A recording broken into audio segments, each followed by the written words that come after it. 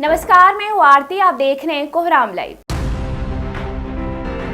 CM Hemant Soren ने कहा कि राज्य और राज्यवासियों की उन्नति के लिए सरकार प्रतिबद्ध है। अब सरकार की आवाज, नजरें और योजनाएं गांव-गांव पहुंच रही है। पहले एसी दफ्तरों में योजनाएं बनती थी और वहीं खत्म भी हो जाती थी, लेकिन हमारी सरकार ने अलग झारखंड राज्य बनने के बाद पिछले 2 दशकों से चली आ रही इस परिपाटी को बदलने का काम किया है। मौका था साहिबगंज में लाभुकों के बीच परिसंपत्तियों के वितरण का। सीएम ने कहा कि अब पंचायतों में शिविर लगाकर आपके दरवाजे पर योजनाओं को लेकर अधिकारियों की फौज पहुंच रही है और आपकी समस्याओं का समाधान हो रहा है।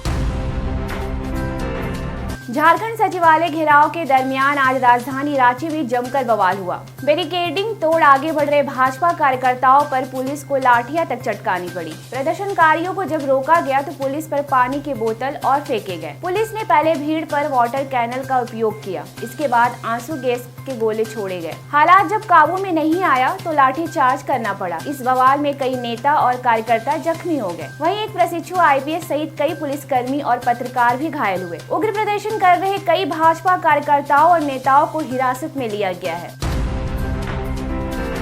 शराब माफियाओं को चतरा पुलिस ने तीखी चोट दी है। करीब 10 लाख रुपए के अवैध नकली शराब के साथ 2 तस्करों को दबोचा गया है। पुलिस कप्तान राकेश रंजन को इन्फॉर्मेशन मिली कि झारखंड बिहार बॉर्डर वशिष्ठ नगर जोरी थाना क्षेत्र के सालवत गांव में जगलाल गंजू के घर नकली शराब बनाई जाती है। एसपी ने हंटरगंज थानेदार इंस्पेक्टर प्रमोद पांडे को शराब माफिया को धरने का टास्क दिया। पुलिस ने इलाके में छापेमारी की और 2 तस्कर उनकी गिरफ्त में आ गए। वहीं माफिया बच निकलने में कामयाब रहा। सीएम हेमंत सोरेन ने कहा कि राज्य की जनता को कष्ट नहीं हो, उसकी समस्याओं को त्वरित निष्पादन हो। लोगों के दुख दर्द को सुनना और उसे दूर करना सरकार की सर्वोच्च प्राथमिकताओं में शामिल है। साहिबगंज के धर्मपुर पटना में अपनी समस्याओं को लेकर पहुंचे लोगों से सीएम हेमंत ने उक्त बातें कही। सीएम ने मौके पर ही लोगों की समस्याओं के उचित समाधान के निर्देश अधिकारियों को दिए। इस दिशा में सीएम की सकारात्मक पहल की लोगों ने सराहना की। उन्होंने यह भी कहा कि सरकार के प्रयासों से उन्हें योजनाओं का लाभ मिल रहा है।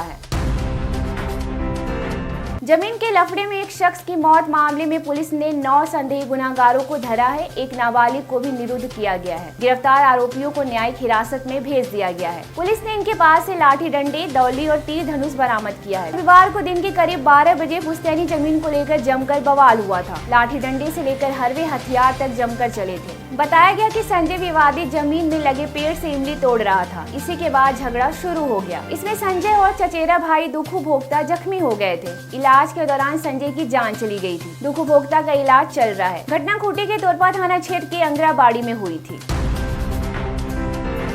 छपरा कचहरी स्टेशन के पास की झाड़ियां अचानक धधक उठी। आग लोको शेड के एरिया तक पहुंच गई। पल भर में आग ने भयंकर रूप ले लिया। लपटें आसमान छूने लगी। पूरा इलाका धुआं धुआं हो गया। लोगों में अफरा तफरी मच गई। सूचना फायर ब्रिगेड को दी गई। मौके पर पहुंची फायर ब्रिगेड की टीम आग बुझाने में जुट गई। खबर लिखे जाने तक कोई जान का नुकसान वाली बात सामने नहीं आई थी। वहीं आग पर काबू पाने की कोशिश जारी थी।